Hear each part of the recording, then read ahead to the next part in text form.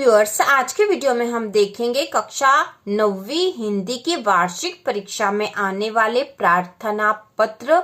जो प्रार्थना पत्र आपके एग्जाम में आ सकते हैं वो तीनों ही प्रार्थना पत्र आज हम तैयार कर लेंगे। तो शुरू करते हैं। और इसके पहले हमने पत्र भी देख लिए थे, आपके एग्जाम में कौन कौन से पत्र आएंगे वो दोनों ही पत्र हमने देख लिए थे और वैसे ही पत्र आपके एग्जाम में आएंगे। और इसके साथ ही हम प्रार्थना पत्र भी तैयार कर लेंगे जिससे कि हमारे 4 नंबर पक्के हो जाएंगे। तो शुरू करते हैं। प्रश्न है, अपने प्राचार्य महोदय को 3 दिन के अवकाश हेतु प्रार्थना पत्र लिखिए। तो प्राचार्य के नाम प्रार्थना पत्र लिखना हमें 3 दिन के अवकाश हेतु।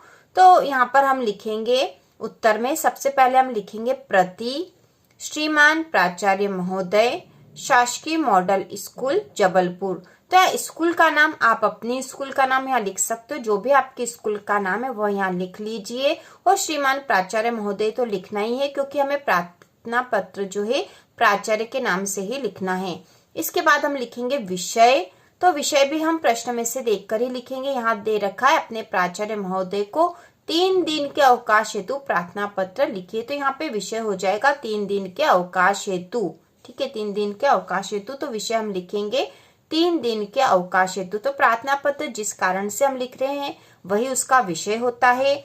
विषय के नीचे हम लिख देंगे महोदय, नम्र निवेदन है कि मैं आपकी संस्था का कक्षा 9वीं का विद्यार्थी हूँ। मेरा कल रात से स्वास्थ्य खराब है, मुझे बुखार आ रहा है जिसके कारण मैं स्कूल नहीं आ सकूंगा। अतः कृपया मुझे 3 दिन का अवकाश प्रदान करने की कृपा करें। और फिर नीचे लिख देंगे धन्यवाद, आपका आज्ञाकारी। उसके बाद यहाँ अपना नाम और कक्षा। तो इस प्रकार से हम प्रार्थना पत्र लिखेंगे। एक बार फिर से हम देख लेंगे इसको। तो प्रार्थना पत्र जब भी लिखे सबसे पहले हमें प्रश्न को 2 बार पढ़ लेना है और ये समझ लेना है कि प्रार्थना पत्र हमें किसको लिखना है, मतलब कौन से अधिकारी को लिखना है। तो यहाँ प्राचार्य को लिखना था और किस कारण से हम लिख रहे हैं। तो 3 दिन के अवकाश हेतु यहाँ प्रार्थना पत्र हमें लिखना है। तो हमने यह भी देख लिया कि प्रार्थना पत्र किसके नाम से लिखना और क्यों लिखना है।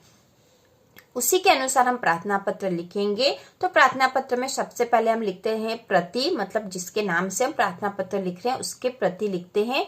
फिर लिखेंगे श्रीमान प्राचार्य महोदय, क्योंकि यह प्रार्थना पत्र हम प्राचार्य के नाम से लिख रहे हैं इसलिए श्रीमान प्राचार्य महोदय। और जिसके भी नाम से लिख रहे हैं उसकी संस्था का नाम यहाँ लिखते हैं। तो यहाँ हम अपने स्कूल के प्राचार्य के नाम से लिख रहे हैं इसलिए अपने स्कूल का नाम लिखेंगे।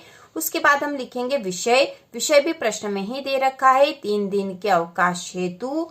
उसके बाद हम लिखेंगे महोदय, नम्र निवेदन है कि मैं आपकी संस्था का कक्षा 9वीं का विद्यार्थी हूँ। मेरा कल रात से स्वास्थ्य खराब है, मुझे बुखार आ रहा है जिसके कारण मैं स्कूल नहीं आ सकूंगा। अतः कृपया मुझे 3 दिन का अवकाश प्रदान करने की कृपा करें। फिर लिख देंगे हम धन्यवाद, आपका आज्ञाकारी, अपना नाम और कक्षा 9वीं। तो इस प्रकार से यदि हम प्रार्थना पत्र हम लिखेंगे तो हमें पूरे में से पूरे अंक प्राप्त होंगे। इसके बाद हम अगला महत्वपूर्ण प्रार्थना पत्र देखेंगे। बाद अगला जो प्रार्थना पत्र है वह है अपनी संस्था के प्राचार्य को स्थानांतरण प्रमाण पत्र प्रदान करने हेतु एक आवेदन पत्र लिखिए। तो यह भी हम प्रश्न में ही समझ लेंगे कि हमें प्रार्थना पत्र किसके नाम से लिखना है। तो यहाँ लिखा है प्राचार्य को लिखना, मतलब प्राचार्य के नाम से लिखना है। और हम क्यों लिख रहे हैं प्रार्थना पत्र, क्योंकि हमें स्थानांतरण प्रमाण पत्र चाहिए। ठीक है, स्थानांतरण प्रमाण पत्र प्रदान करने हेतु एक आवेदन पत्र लिखिए। तो स्थानांतरण प्रमाण पत्र के लिए ही हम यह आवेदन पत्र लिख रहे हैं। तो इसको भी उसी तरीके से लिखेंगे। सबसे पहले हम लिखते हैं प्रति। उसके बाद क्योंकि प्रार्थना पत्र प्राचार्य के नाम से लिखना है इसलिए हम लिखेंगे श्रीमान प्राचार्य महोदय, मॉडल स्कूल भोपाल। तो यहाँ आपको अपने स्कूल का नाम लिख देना है। उसके बाद हम लिखेंगे विषय।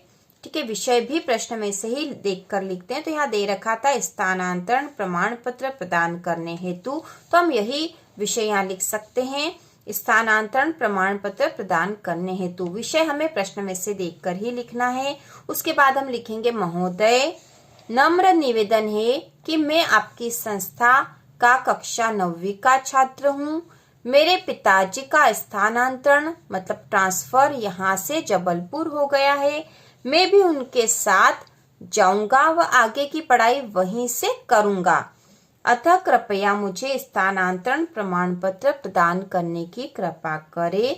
फिर हम लिख देंगे नीचे धन्यवाद, आपका आज्ञाकारी, यहाँ पर अपना नाम और कक्षा। तो हमें स्थानांतरण प्रमाण पत्र प्रदान करने हेतु या आवेदन पत्र चाहिए, हमें स्थानांतरण प्रमाण पत्र चाहिए, इसलिए हम प्राचार्य के नाम से प्रार्थना पत्र लिख रहे हैं। और स्थानांतरण प्रमाण पत्र उस समय दिया जाता है जब आप वो स्कूल छोड़कर किसी दूसरी स्कूल में प्रवेश लेना चाहते हो। इसलिए हम यहाँ पर इस तरह से लिखेंगे कि नम्र निवेदन है कि मैं आपकी संस्था का कक्षा 9वीं का छात्र हूँ। मेरे पिताजी का स्थानांतरण ट्रांसफर यहाँ से जबलपुर हो गया है। मैं भी उनके साथ जाऊंगा व आगे की पढ़ाई वहीं से करूंगा। क्योंकि यहाँ पे ट्रांसफर की बात लिख दी है अपने पिताजी के, तो आपको भी उनके साथ जाना होगा और आप अपनी आगे की पढ़ाई वहीं से करोगे। इसलिए आप अभी जिस स्कूल में पढ़ रहे हो वहां से आपको स्थानांतरण प्रमाण पत्र लेना पड़ेगा, जिससे कि आपको दूसरी स्कूल में प्रवेश मिल जाए। तो इस तरह से इसलिए हमने लिखा है नम्र निवेदन है कि मैं आपकी संस्था का कक्षा 9वीं का छात्र हूँ। मेरे पिताजी का स्थानांतरण यहाँ से जबलपुर हो गया है। मैं भी उनके साथ जाऊंगा व आगे की पढ़ाई वहीं से करूंगा। अतः कृपया मुझे स्थानांतरण प्रमाण पत्र प्रदान करने की कृपा करें। इसके बाद हम लिखते हैं धन्यवाद, आपका आज्ञाकारी, अपना नाम और कक्षा, जिस भी कक्षा में हम पढ़ रहे हैं। के बाद जो अगला प्रार्थना पत्र हम करेंगे जो कि एग्जाम में आते हैं वह है अपनी संस्था के प्राचार्य को शाला शुल्क से मुक्ति हेतु आवेदन पत्र लिखिए। तो यह प्रार्थना पत्र भी आपको अपने प्राचार्य के नाम से लिखना है और लिखने का कारण होगा शाला शुल्क से मुक्ति हेतु। तो यह इसका विषय होगा। तो प्रार्थना पत्र हम उसी तरीके से लिखेंगे, प्रति श्रीमान प्राचार्य महोदय, आदर्श स्कूल जबलपुर। तो यहाँ पे आपको अपनी स्कूल का नाम लिखना है। तो यहाँ विषय है शाला शुल्क से मुक्ति हेतु। तो शाला शुल्क मतलब आपकी स्कूल की फीस। तो स्कूल की फीस से मुक्ति मतलब उससे आपको माफी चाहिए। तो इसका कारण हो सकता है कि आप स्कूल की फीस नहीं भर सकते हो, ऐसी आपकी स्थिति है, इसलिए आप शाला शुल्क से मुक्ति चाहते हो। तो हम यहाँ लिखेंगे महोदय, नम्र निवेदन है कि मैं आपकी संस्था का कक्षा 9वीं का छात्र हूँ। मेरे पिताजी की आर्थिक स्थिति ठीक नहीं है, वे मेरा शाला शुल्क जमा करवाने में असमर्थ है। तो यहाँ हमने बता दिया कि जो मेरे पिताजी है उनकी आर्थिक स्थिति ठीक नहीं है। आर्थिक मतलब पैसों से संबंधित, मतलब वो गरीब है, इसलिए वो मेरे शाला शुल्क जमा करवाने में असमर्थ है।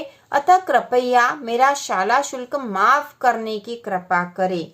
ठीक है, तो यहाँ हम निवेदन करेंगे कि मेरा शाला शुल्क माफ करने की कृपा करें, या फिर यहाँ ऐसा भी लिख सकते थे, अतः कृपया मुझे, ठीक है, अतः कृपया मुझे शाला शुल्क से मुक्ति देने की कृपा करें, यह भी लिख सकते थे। या फिर हम ऐसा भी लिख सकते कि अतः कृपया मेरा शाला शुल्क माफ करने की कृपा करें। फिर हम लिख देंगे धन्यवाद, और वैसे ही जैसा कि हम लिखते हैं आपका आज्ञाकारी, अपना नाम और कक्षा। तो इस प्रकार से शाला शुल्क से मुक्ति प्रदान करने हेतु प्रार्थना पत्र है। फिर से एक बार देख लेंगे, क्योंकि प्राचार्य के नाम से लिखना है इसलिए हम लिखेंगे प्रति श्रीमान प्राचार्य महोदय। उसके बाद अपनी स्कूल का नाम हम लिखेंगे। इसके बाद आ जाता विषय। तो विषय प्रश्न में से देखकर ही लिखते हैं। तो यहाँ विषय दे रखा था शाला शुल्क से मुक्ति हेतु, इसी कारण से हम प्रार्थना पत्र लिख रहे हैं। इसके बाद हम लिखते हैं महोदय, नम्र निवेदन है कि मैं आपकी संस्था का कक्षा 9वीं का छात्र हूँ। मेरे पिताजी की आर्थिक स्थिति ठीक नहीं है, वे मेरा शाला शुल्क जमा करवाने में असमर्थ है। अतः कृपया मेरा शाला शुल्क माफ करने की कृपा करें। फिर हम लिख देंगे धन्यवाद, आपका आज्ञाकारी, नाम और कक्षा। तो इस प्रकार हमने जो तीनों महत्वपूर्ण प्रार्थना पत्र थे वह देख लिए हैं। इसमें भी सबसे अधिक महत्वपूर्ण जो प्रार्थना पत्र है वह शाला शुल्क से मुक्ति प्रदान करने के लिए है। तो इस प्रकार प्रार्थना पत्र और पत्र हमने तैयार कर लिए हैं। इसके बाद अगले वीडियो में हम प्रश्नोत्तर की तैयारी करेंगे। तो इसी प्रकार के और वीडियो देखने के लिए कक्षा 9वीं की संपूर्ण तैयारी के लिए चैनल को सब्सक्राइब कीजिए।